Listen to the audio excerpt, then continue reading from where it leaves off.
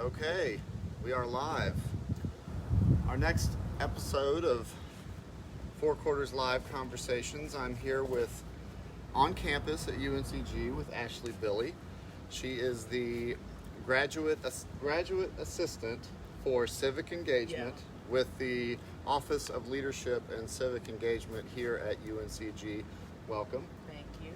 Good to be here. Wonderful. Well, let's just start by you tell us a little bit about yourself, where you're from, what your hometown is, and what brought you to Greensboro. Cool. So I am originally from Charlotte, North Carolina. Born and raised there. I ended up going to Elon University for undergrad, so just half an hour down the road. Majored in English there, and then I really long-winded trail of switching majors and switching career paths and what college kids do. I know a little bit about that myself, so don't worry. Okay. And I ultimately ended up applying for master's in higher ed programs. I really wanted to stay in the area because I really love the Piedmont area of North Carolina. And I ended up here, and that's why I'm here on campus now. That's great. So tell me about what your work is here at the Office of Leadership and Civic Engagement. It's a long title, yeah. It's great. No, it's not so bad. But. So I am one of two graduate assistants for Civic Engagement, and the office is kind of split in terms of leadership and civic engagement, hence the title.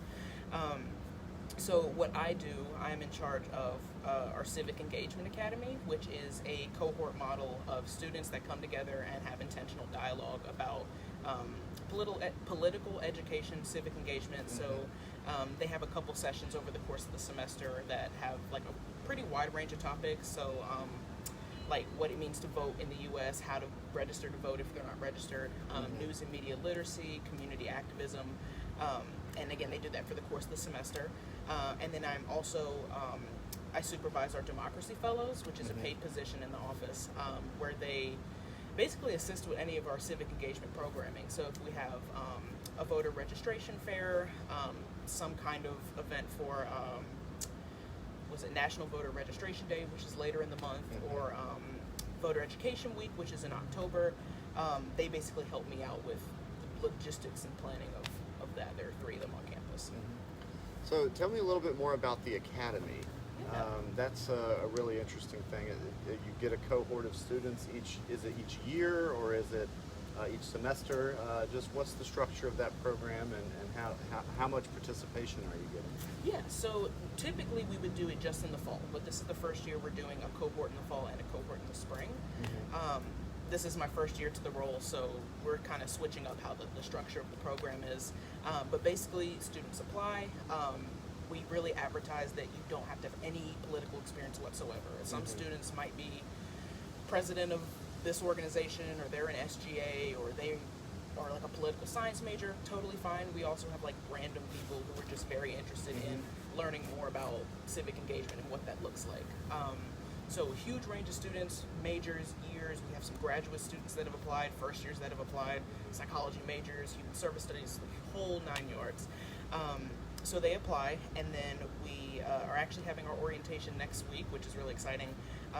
But in terms of involvement, of course we would love for them to be involved in every single program that the office has, which is a lot, so we don't really expect all that. But they are expected to attend the 6 sessions. Some of them are on Zoom, some of them are in person. And then we will also have a visit to a city council meeting in November. So we're really trying to get a wide range of interaction between both the community of Greensboro and campus here. We want them to be politically engaged in both spheres. So what are some of the ways that you connect students to the civic life of Greensboro? Yeah, so we are planning a panel. It is planned for different community activists in and around the Greensboro area. So I know we have someone from You Can Vote, which is a statewide organization that focuses on voter education and registering people to vote. And then we are hoping to get people from different avenues of activism, so working with like unions and like labor work, and then people who are focused on LGBTQIA advocacy. So we want to have like a nice diverse space there. But the goal of that one is focusing on community activism rather than just what activism looks like on a college campus, because sometimes some students tend to be in kind of a bubble and they want to have activism on campus, which is super cool, but then they neglect what's just outside of the walls of campus, if that makes sense. Yes, the old town and gown distinction. Yep, exactly. and really how to get outside of that bubble, as you say, and interact with people from different walks of life. Exactly.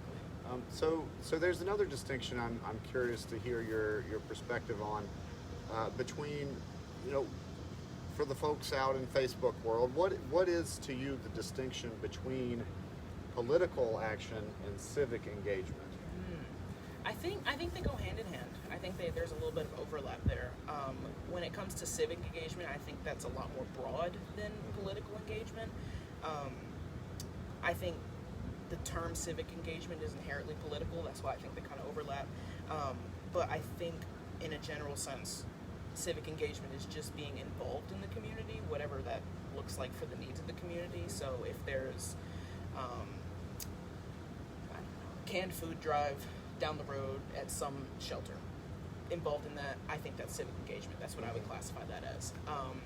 Political engagement could be a little more specific to voting and politics. So if there's a voter registration drive, some kind of panel, being involved in that. It doesn't have to be a super heavy involvement. It can simply just be, I'm here taking space in a room, or it could be boots on the ground volunteering for an organization. I think any of that can be classified as civic engagement. I think political is a little more specific. Yeah, that makes sense. So in terms of the office that you work in, you also mentioned a kind of a distinction between leadership and civic engagement. Say a little bit more about that. Yeah, so the office as a whole, we are all like in the same space, and the GAs work with the graduate assistants, work over like different organizations, and so they kind of get classified under leadership or civic engagement. And I think it works really well because I think leadership is inherently a part of just about every program that we have for campus. I think that goes for other organizations as well. But we cover a lot of ground between those two like avenues. It's just a distinction that was actually recently made. It used to be the Office of Leadership and Service Learning. I think it changed before I got here. I think it was a couple years ago. So the title is new, but it helped us kind of designate like what programs go with what person a little better. That's good. A little bit more clarity and perhaps some more recognizable language around civics. And one of the big things that people are talking about now is sort of the lack of civics education or the inadequacy of civic education in the schools. Are you finding that people are well versed in the sort of the structures and functions of government? Do you feel like there's a need to really focus on that in terms of curriculum and coursework? Or what's your feeling about how students are prepared for that kind of work when they arrive? Yeah, I think thinking about this campus specifically, I was honestly surprised at the initiative that students were taking. A lot of students are really open about the fact that they're like, hey, I don't know a lot about voting. I'm not registered to vote, even though I've lived here for XYZ years. But I want to learn. I'm really excited to be involved in this program because I want to learn this, that, and third.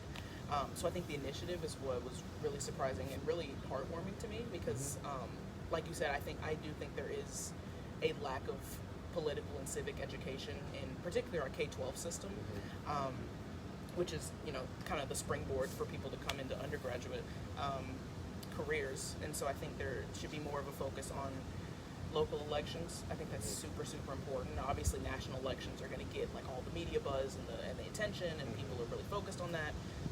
But local elections are really, really impactful for day-to-day lives, and I think that's not talked about enough in our school systems. So, like I said, I think it was nice that students are able to recognize what they're missing and figure out ways to kind of fill that gap. Well, that sounds good. I'm also wondering. So part of my project is to really bring a diversity of viewpoints and sort of have an expansive but also inclusive kind of perspective. What kind of diversity do you see in the student body here in terms of those who come through your office and in terms of like political affiliation or any of the kind of big partisan issues that we're dealing with in terms of polarization. Do you see that there's a good mix of kids that are coming through? Yeah, I think so for sure. I think even outside of political affiliation, where we have students that are pretty widely across the spectrum, I think there's also a pretty big variety in like backgrounds where students are coming from. And so obviously a student who is like from Guilford County, familiar with the area, familiar with like elections here, will have a really different viewpoint on politics in the political sphere and even like knowledge base wise than a student who's like recently immigrated to the US. And we've had both, not that that's a spectrum, but we've had all sorts of students from all walks of life, from in-state, out-of-state, from the county, from just down the road, like they lived here their whole life, and then students who are new to the US and new to voting as a whole, which I think is super interesting to have, particularly in our academy. That's great. And I actually do have to put in a correction on. There are no kids here. Everyone is full